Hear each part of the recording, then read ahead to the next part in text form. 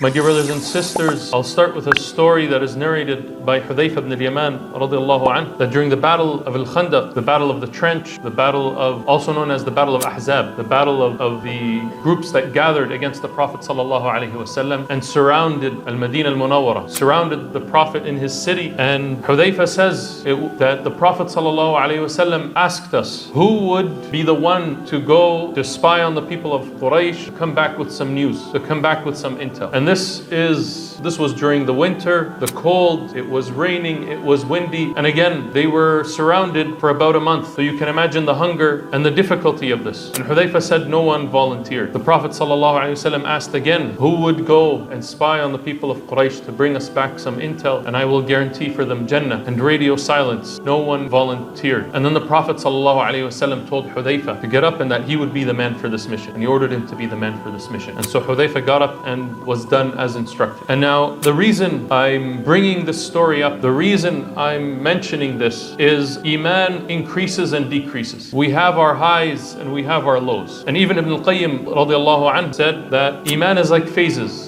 You have highs and you have lows, but as long as our lows do not reach the point where we are neglecting is fard, what is obligatory, or we're going into what Allah subhanahu wa ta'ala ordered us to avoid, then we hope that the peak to come after will be better than the peak we were at before. Meaning we hope that as long as we maintain a bare minimum in our lows, we hope that even these ups and downs will be on an upward trajectory. And this is what I want to relate into today's khutbah, which is we are only a few weeks, about 6 weeks or about a month and a half from Ramadan. And it's not too early. It could be too late, but it's not too early to start preparing ourselves for this blessed month, for this holy month, and how to make the best we can out of this month that's coming. And the reason I mentioned the story of Hudayfa ibn al-Yaman and Iman increasing and decreasing, and we all experience different emotions and different feelings. And I acknowledge that while we are excited for Ramadan, for the blessing of Ramadan, for the opportunity of Ramadan, some of us may have this worry or this concern about how am I going to perform in Ramadan? How am I going to fast Ramadan while still going to work, while without it affecting my schedule, my outcomes, my